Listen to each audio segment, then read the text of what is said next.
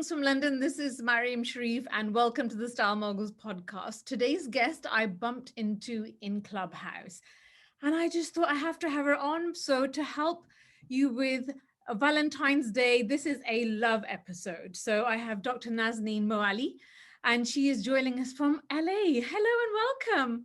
Hi there. Thank you so much for having me. I'm very I excited about this conversation. I absolutely loved. I actually had to step out of the conversation at Clubhouse, but let's talk about love in this episode because I always talk about style and success. And I just thought, relationships and kind of cultivating and creating such deep and meaningful relationships actually comes from a loving place. And, does love make the world go round? I think so. What do you think?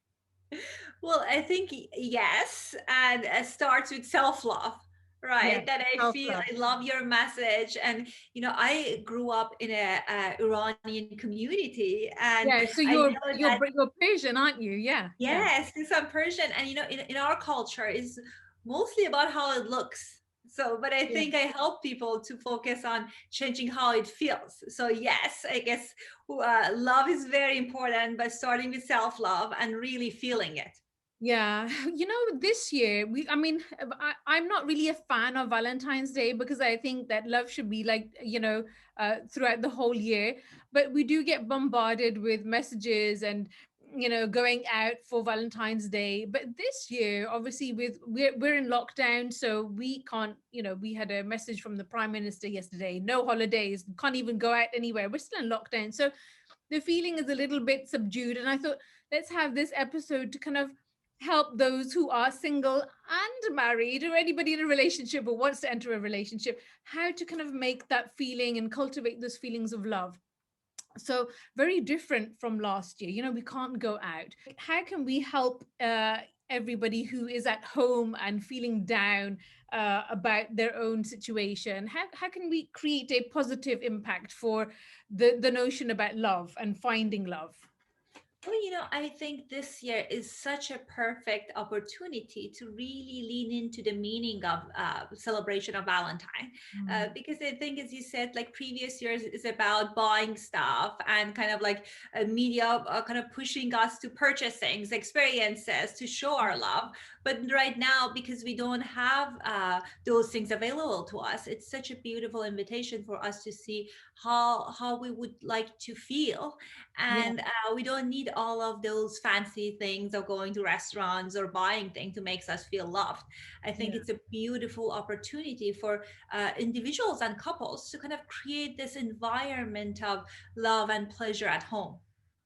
Yeah, I think it definitely it's we have to remove those kind of materialistic things or those notions about always about about gift giving. And I just think that it's such a wrong thing to do anyway, because love is a feeling and an emotion that we have to cultivate. It's not just about giving things, but it's attached, isn't it? We're Valentine's Day is attached with this giving gifts and going out and celebrating. You can celebrate love wherever you are in whatever situation. So, how about giving firstly our singles, our people that are single? How would you lift their mood? We obviously have discussed, self love, but how would you suggest that we can help the singles out there in finding love or being loving in this situation, in this kind of lockdown? Well, such a beautiful and important message that even when you are single, you can experience love. I know that there is this kind of a pressure outside that Valentine's is for couples and people who are in a relationship, and Yeah. it's not for singles. But I think if it's a celebration of love, and if you're focusing on self-love, I think it's a great opportunity to give yourself permission to lean into pleasure and kind of exploring what pleasure means to you. It could be sexual, it could be non-sexual, kind of like making sure that you're not necessarily waiting for another person to show up in your life to buy the thing you want, have them kind of show up and kind of doing things that you want to do, right? Like start doing it now, whether it's kind of like tapping to your erotic energy, whether it's like learning a new skill, whether it's like prepping a nice meal, kind of thinking about how do I want to feel and how can I provide that feeling for myself? Because I think it's such a beautiful place to start, right? Kind of Yeah. thinking about, I'm gonna fill my cup first prior to meeting someone, because Yeah. as we know that there is like, I don't believe in saying like someone like my other half, right? We're already complete, and we have to work on making sure that we're nurturing our own pleasure. Yeah, and that notion comes from, I also think it comes from the movies and the media. It's forced upon. Then, I think Tom Cruise said it in one of his movies, and you complete me. And then it seemed so romantic at the time, but you actually take a look back and you think that line destroyed us, because every woman was felt like she was incomplete. Mhm. That kind of destroyed our soul a little bit. But so it's I was reading something that 2020 was a year for where married couples were at most kind of turbulent. There was either a lot of separations and divorces coming through, and then on the extreme case you had lots of people who were getting pregnant. It was like the extreme. What would you suggest for those who are married, and what would you do to kind of help them cultivate love in their relationship? Well, I think it's important to think about how are we doing as a couple. And Yeah. as you know, I'm a sex and relationship therapist, and I when people wanted to come in, suggest, I wanted to say that so you actually have a sexology podcast, which I thought was so interesting, and I love that. So, as an expert, obviously in the subject, so especially from an Arab or an Asian background, someone to discuss, sex in a relationship, or just sex as a part of everyday life, and how to kind of experience sex. Because there's one thing that you said in Clubhouse. You said sex doesn't just happen in the bedroom; it's outside the bedroom. I thought that was yeah, really interesting. Can you explain that? for sure. Thank you so much for saying all of those kind things. Because I think people, that's exactly what I wanted just to mention, that people kind of coming into my practice thinking about we're struggling sexually. But when we're talking about what's happening, there are relational issues that's happening. I tell people like foreplay starts outside the bedroom when Yeah. you're doing things for your partner that she or he cares about, and you're helping them and doing chores around the house, when you are remembering when Yeah, they're that telling you their completely. their list, it will get rewarded in the bedroom because your Yeah. partner feels closer to you. So I Yeah. think that's such an important thing for a couple to think about and keep in mind, that if we want to have passionate relationship, how am I showing up in my day-to-day interaction with my partner? if Yeah. if I give them if they are a priority in my life, if I'm thinking about them, what am I doing to show them love? People talk about love languages, and people always trying to convince that their love language is the right way of experiencing love. Exactly. For those who don't know about what love languages is, can you just explain a little bit about that? Because that notion. Sure, sure. So, love languages are the way that we're experiencing love. Love is not like we all not necessarily experience love in one way. It's like a language that you're speaking. Some people experiencing love through a word of affirmation. So when their partner tells them loving word, that means a lot to them, and that's the main way that they experience love. The other form of one of the other love languages are act of service. So I have couples coming in and saying that, it doesn't matter what my partner say. If they're not showing me, that Yeah. doesn't matter. So it's Yeah. just a matter of what you're doing for your partner. The other form of love language is quality time. So it's the time that you're carving out for your partner and having experiences with them. That's what's important for those people. Some people, kind of their love language is physical touch. It could be sexual, could be non-sexual, kind of like how much you're showing your affection through your touch. That's the primary way that they experience love. And lastly is gift giving. Some people, it's really really important for them that for you to give them the gift that's thoughtful and kind of something that's really speak to them. And oftentimes couple have different love languages, and I think it's, especially right now, it's important to think about the way I want to show love to my partner is the way that he or she wants to experience it. If their love language is word of affirmation and I'm giving them different gifts, it might not have the same impact if I'm telling them the words that they want to hear. So I think it's a skill that people can practice. So I think the more, I guess the first step is to kind of making sure you are giving love the way that your partner wants to receive it. I think that's my first advice. Yeah. Have you seen in 2020 a difference in behavior and couples coming into you or people coming into you? Is there a trend that you're seeing in their behavior and how COVID has impacted love and relationships? Well, I've seen both part of it, as you said, like a positive and negative. I'll start with the positive. Yeah. The positive side of it is I feel like we were distracted before. I know that people were coming in saying that I want to open up my relationship. They were asking if monogamy is for them because we were thinking about there was this world of opportunities out there and they were not paying attention. And at times they were not necessarily grateful of the primary relationship they had. But because of all the losses that we had, what I saw in my clients that many of them started valuing their primary relationship and seeing how the support, companionship, and love that they're getting from their partner is valuable. So I think that's been such an interesting shift that I noticed. As far as the kind of like challenges that we experience, Yeah. is that because of the stress level that many people experience, I've seen an increase in sexual challenges and sexual dysfunctions. So many of Yeah. my clients say that they have issues with experiencing orgasm, other kind of challenges in the So the bedroom. intimacy it's reduced. Yeah, and I think like it's more about like it seems like in 2020 and 2021 it was more about connection, so not necessarily performing certain Yeah. aspect of our kind of sexuality, but really connecting with our partners, because it's not necessarily for being connected with your partner, it's not necessarily important to be able to do certain function. It's just a matter of showing up and being attuned to your partner. I do see a difference in the West, and maybe it's a cultural, religious thing.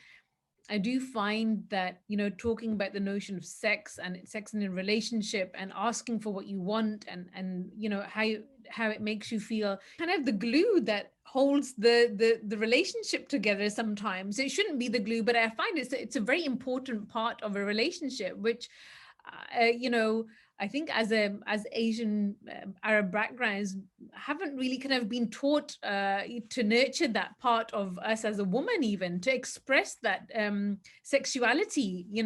So when it comes to the bedroom, it's so different because they don't know how or what. And as from a cultural and religious background, how do you deal with the subject of sex? Because even the scholars talk about how it's so important. We should talk about sex in a marriage, and the fact that it is so important, to fulfill each other's needs. So if they're talking about it, we should really understand this. It's such a a big ingredient in our relationship and our marriage. Absolutely. What you talked about is what I've witnessed with many, many successful, smart women that I work with. We in our backgrounds, it was similar for my background as well. That even at the best case, no one talks about sex. And Yeah. in the culture, as a way to protect young women, the messages around sexuality is very negative. Make sure that like no one is touching you a certain way. Make sure that you're not exposing yourself certain way. So we get all of these negative messaging, and when we get married, the assumption is as soon as you sign that paper, all of those negative beliefs will disappear. So of Yeah. course it will not. Right, like you're stepping into this marriage with all of those stories and narrative that you learned growing up, and it will be really a tough learning curve for many women to own their sexuality because of how they relate to it for years and years, and they're not familiar with their own body and their erotic self. So I think that's such a common challenge that many women have. My hope is for future generation, we're talking to our daughters and sons about sex at least in a neutral way, Yeah. giving them a proper education. But I think even right now, if your listeners are adult women, we can reclaim our sexuality with kind of like identifying some of those stories and kind of seeing if they're serving us or not, and kind of trying to relate differently with our sexuality. Yeah. I definitely think that with age and with time, you kind of, because the more you kind of get to know who you are as a person, the way that your values and what you stand for, I think you become quite kind of confident in who you are, and that confidence also then translates in the bedroom. It's like, it's unfortunately we haven't been taught that at a young age. But what else can we do to kind of help younger women or women that are gonna that are looking to get married, and because some might not have any experience of it. How do you educate someone? I mean, education, we can find everything on Google, but when you said that, with the practicality of a marriage and living with somebody, and just having to share your bed with somebody, it's someone snoring in your ear, and and sometimes it's not exactly a bed of roses, is it? Well, absolutely not. And I think you kind of like highlighted such an important piece, kind of even practicality of marriage and intimacy. Because of lack of information, many young women, as you said, like start Googling, and they see at times this pornographic images. They see these exaggerated kind of like romantic scenes that we see in all of these series and movies that we're seeing. I think the good first step is like having this conversation about that is not reality. That's not how sex looks like for people. I've been watching. Is it Bridgerton? What is Yes, it? Bridgerton. Oh my God, I've watched that as well. Yes, yes. I like the way It's that the like, Duke. the Duke. Oh my God, we could make a whole episode about the Duke, actually. Yes, I think speaking of unrealistic expectation, the kind of like clip around the wedding night. I haven't met any virgin that things would go that smoothly for them. So I think if we're Googling things and we're seeing things like that, of course there's misinformation, because when we are in the kind of those situations, we're feeling, oh God, this is not how things working out for me. Maybe I'm broken. So I think like having an accurate information is Yeah. very, very important. Exactly what the movies have portrayed to us, and then Walt Disney. It's completely, I feel like the Cinderella syndrome that we have is completely, kind of destroyed this generation of women, because it's not a Disney movie. It's not Hmm. it's not this real. The practicalities and reality of life is not like that. But you have to make it your own. You have to make your Hmm. own love story. How did you get into doing your podcast? Because obviously, coming from Persian background and talking, your podcast is called Sexology. What inspired you to start your podcast? Well, it's an interesting story. So I am trained as a psychologist. I have a PhD in psychology, and one experience that I had that was transformative for me. That I was in this relationship, and out of blue, sex become extremely painful. And What even as someone that had a doctoral degree, I didn't know what to expect, what to do, what's happening. the So textbook and practicality is very different, right? right. You can't learn this from a textbook. Right. It was like, okay, what's happening? And I started going to a sex therapist, and she transformed my life. And I was like, okay, that's what I want to do for women, because of, as you said, like we don't have the information. It can be very scary when things are not going the way that's we're expecting. So Yeah. that's why I was like, okay, I want to get into the field of sex therapy and specifically sex education. And that's how I started my podcast. So I have two podcasts, one in English and one in Farsi. I And it's saw I saw on your interesting. Instagram that one of the clips was in Farsi, and I was like, oh wow, because that's it. Because you have to obviously reach that audience, and Hmm. I sometimes think that they're in more need. Right. I feel like we should do something in well, I can't speak Farsi, but like especially in our native languages, and Right. because I think that it's more needed. Do you not feel Mhm. that? Is that why you started your two podcasts as well? Absolutely. Yes. Yeah. Yes. Because you're right that I feel like with my Mm. English podcast, I'm talking more about eroticism and psychology of Yeah. sex. But with my Farsi podcast, I feel like people need accurate information. So it's more about giving them the information and tools and things that they need to kind of like build their healthy sexuality. So Yeah. I'm with you that I think it's important to do some work in our native languages as well. How do you see love for the future? What is the future of love? Well, what I'm passionate about is helping women to reclaim their sexuality, really, really tapping into what makes them alive. Because, like, Yeah. pleasure is about our relationship with this kind of sense of aliveness. And I feel that many of us, especially this day and age, very successful women, we're going through our to do list and we're Yeah. not living. So I'm creating this course to help women to claim their sexuality and really uh, Fantastic. thank you, really teaching them to experience sexual desire. Yeah, yeah, I think it's needed. I think it's absolutely needed. I do find when I was styling, and how a lot of corporate women become stuck in their head. They think with their Mhm. head everything is to, it's like it's so practical, like, I've got to do the job, and they kind of forget about their femininity. And I have Mhm. also seen in the last few years that trend has also changed. Now women are expressing even in their corporate jobs, their dressing is slightly different. They know now that they don't have to dress and act like the man. They Mhm. actually can dress like a woman and do the man's work and do the woman's work. I think that's a great difference. Do you think our sense of style um, promotes attraction and love? What do you think about styling and a way that woman actually looks and looks after herself? Well, I'm glad that that's a trend that you're seeing in your clients, and it makes me very excited because one thing that I tell people, even when it comes to kind of their sexuality, is like focus on what you like. Kind of thinking about kind of showing up, even when people say, in bedroom, my partner didn't pay attention to my lingerie. I was like, it's you're wearing it just for yourself. So it's the same with your clothing. I think it's important to wear something that makes you feel powerful and really tap into essence of who you are. And I love that you're seeing this women are claiming their power through their clothing, and now they're owning their feminine energy. I think that's very important and powerful. Yeah, it definitely is. They say that a way through a man's heart is through his stomach. Do you think that's still true? But I'm a horrible cook. So I don't know about that.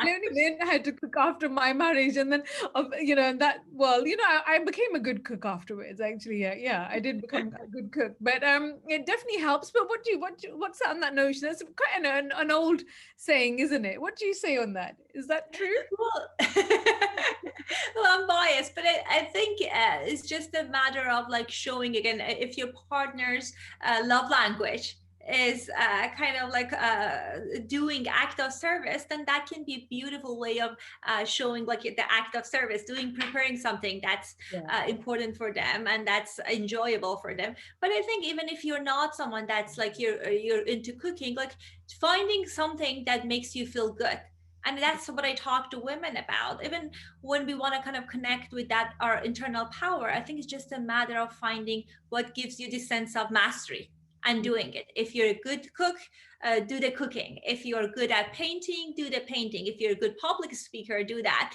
So I Yeah. think that doing, engaging in the things that makes you feel good, makes you better in the relationship with your partner, and also makes you feel better alone. Yeah, that's such a good point, because also about fulfilling our own needs. But I think when we look at love, and especially when I was younger, it was all about, okay, what do I want in someone? What are they going to do for me? And I've over the years, I have learned that it's not about what they do for you. It's what you do for them. It's Mhm. more of an act of giving and nurturing and caring, rather than what am I going to get from them. And I think so many younger, I've seen younger couples and relationships, It's all about, okay, I want this from them, they have to do this and this.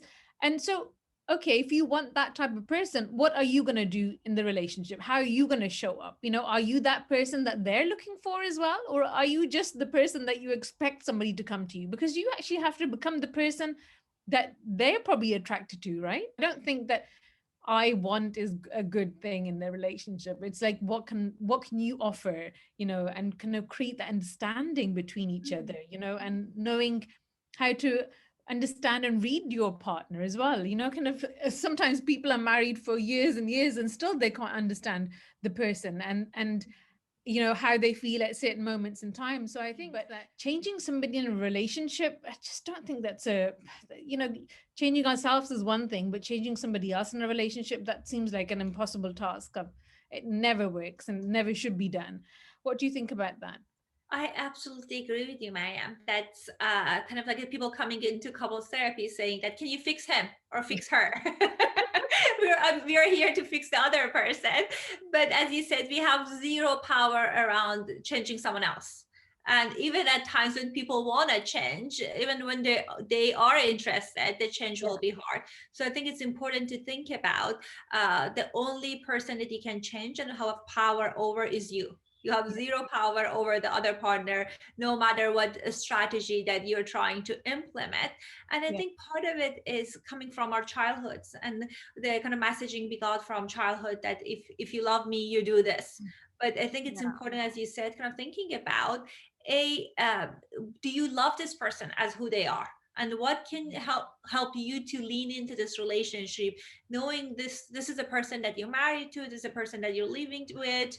So I think that's very important. The other piece is kind of thinking about what can I do in the relationship that I can change this dance, right? So the relationship is a dance, and the only way that you can change that dance is to change your own moves. So I think I like that. that's So something we're that's dancing. important. Yes, and we should keep it fun and exciting and in movement. I think that's what I would have just got from actually making the relationship into a dance, is Mhm, that life is all about movement, and mhm. so and it should be about emotional movement, isn't it? So that, I like the way that you framed that. That it should be like a dance. You're meant to be flirting and dancing with your partner even after marriage.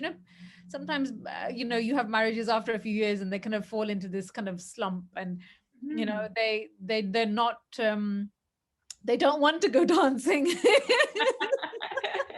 And I think that part of it goes back to what you were talking about. Like we watch in the Disney movies that the Prince Charming comes and people are getting married and happily ever after. We Oh, never know what happily ever after looks like, and it requires work. And there are going to be times that you're not happy, and you have to make it work.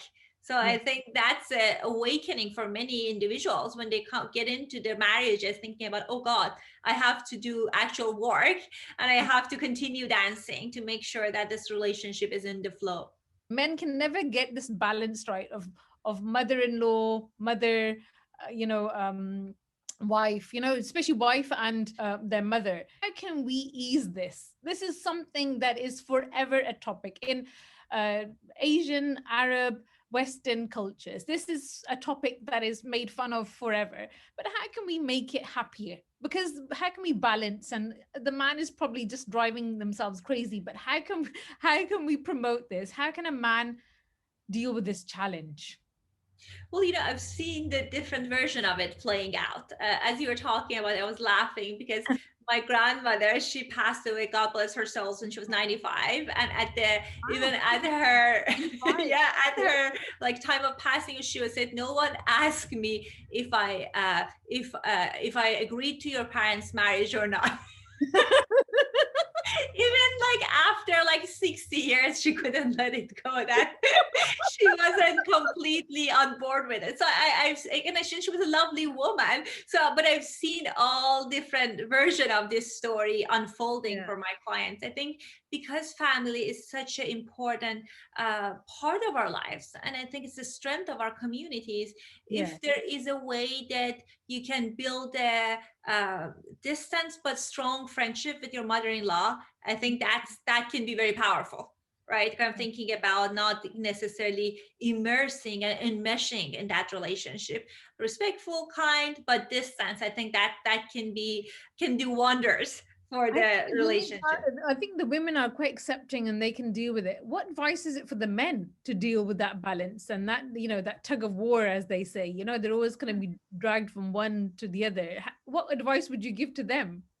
Well, I think my advice for them to have very firm boundaries of what are you sharing with your mom and what are you sharing with your wife. I think understandable. I understand that it's understandable that you love your mother. I bet she's a wonderful person. But in order for you to remain the kind of relationship healthy, it's important to not share personal, intimate information about your personal life with your mother. So definitely always check in with your wife. Honey, how do you feel about me sharing this information with my mother? I think that can go such a long way, and kind of like practicing not sharing. If your mom asking something, saying that, mom, I rather not talk about this, or kind of Yeah. changing the topic, because I think setting boundaries are can be very powerful. Yeah, and I think you've touched on something really kind of important. It's the oversharing. That I think that when it comes to a husband and wife relationship, or any partnership, I think that's sacred, and whatever's said between you and your partner is meant to be between you two. And I think when it goes out the four walls, I think that's when you think, okay, it's a violation of trust, or Mm, I told you that in confidence. Why are you telling that to somebody? So I think that oversharing information, it mm. definitely happens a lot. So for my last question, how shall we and what can we do to really help in our love life? What as a single person or married, promote and cultivate love for 2021? Well, I have two different kind of suggestion. I think for the first suggestion for singles is I tell people like pleasure is like a garden, your secret garden that you're planting seeds, and the seeds that works in your garden could be different than the seeds that works for me. So really paying attention, what are some of the seeds that you're planting? Whether it's doing self-care activities, whether it's reading erotic material, whether it's like cultivating friendships, hobbies. So I think really paying attention on what seeds you're planting in your pleasure garden. I think that's very important. For the No. couples, I think it's important to kind of think about what kind of a relationship you want to have. What's your vision of the relationship that you have? What are some of the sexual values that you guys have as a couple? And what are some of the small actionable things that you guys can do as a couple to get closer to that? Because sometimes people coming in and they say this is the goal that we have, this is also our sexual value, but they're not doing anything about that. So I think Yes, I think identifying is with, important. with children, when when you have children, I see my friends that it's always about the children. It's never about uh, the couple themselves. Mhm. It's always about what do the kids want? What the kids are first, and they forget about themselves, don't they? And that's when they kind of lose themselves in a relationship. Then in their marriage. Absolutely. And I think the key is to prioritize your partner. I know it's counterintuitive, but one of the strongest relationships that I've seen in families are when parents are prioritizing each other and their passion and love. Because when you are showing your love, when you're investing in the relationship, it's healthy for your children as well. They see their parents love each other, they respect each other, so they will grow up in a better environment as well. When men work, at their jobs and their, in their business or in their jobs, then they put their heart, their effort into it, they put their money into it. But when it comes to a relationship or marriage, I also feel, would you agree that I feel that it's like work? You have to put the work into the marriage for it to kind of bear fruit, like you said. I think it has to, if you want to see rewards in anything, you have to put effort into it. You have to put time into it. You have to put energy into it. What do you say to that? Absolutely, because I feel that it's like anything else. That's something that you're depositing energy in this relationship bank. People talk about how things are exciting at the beginning of the relationship, but even as far as neurochemistry of our brain, we are flooded with all of those feeling good hormones. So if you want to have more of a connected, exciting experience with your partner in a committed relationship, you have to invest in it. And I think that's such an important message that you shared with your listeners, that it's similar to, in a sense, to work. If you want to have a successful career, you have to make commitment to do the right thing. Yes, absolutely. Very. I love love. Oh. I love people being in love. I think that everybody should be in love, or in love with themselves, or in a relationship. I think when somebody's in love, they see things positively. They have energy, they have excitement. When someone's in love, it's a different feeling. They Mhm. feel differently, they behave differently. Somebody not in love will be shouting and screaming. You have somebody in love, they will speak, with loving words. The whole mannerisms change. So I absolutely love, and I am a total romantic. I want everybody to fall in love and be in love with themselves. That's first most. So any advice for people to be in love? Well, I agree with you that I think such a important part of being alive is like experiencing love, whether it's self-love or a love of loving relationships. So I think the skill that I want to for people to cultivate is to practice mindfulness. So kind of really learning to see things with new eyes. Because sometimes when the couples coming in and say, like, my partner is boring, I say your partner is not boring. Boredom resides in your mind. So, Yeah. like, really learning how to see things with new eyes, and mindfulness can do that for us, can teach us to really show up for our life. Because, as you said, when we are in a new loving relationship, we really, the excitement comes from seeing the partner with, for the first time, the things that they're doing. So, that's the key for having exciting, loving experiences. So sex begins in the mind. Yes, yes, and and slowing down the mind. And slowing down the mind. For those, they say men think about sex every 10 seconds. Is that true? And how do they ever do their jobs? That hasn't been my experience from what I'm hearing from clients, especially if anything, our minds are so distracted that Oh, the social media yeah, posts yeah, are in our mind every 10 seconds. But I yeah, think if we are slowing down our mind, we really will be paying attention to the seeds that we can plant in that garden. yeah, yeah. Thank you so much. It was such a pleasure. I hope that everybody finds love and love in themselves and have a loving 2021. Thank you so much for being a guest. And I shall hopefully see you on the next episode. Yes, yes, I would love that. Thank you so much for inviting me, and I wish you a loving Valentine. Thank you so much. Take care. Take care. Bye.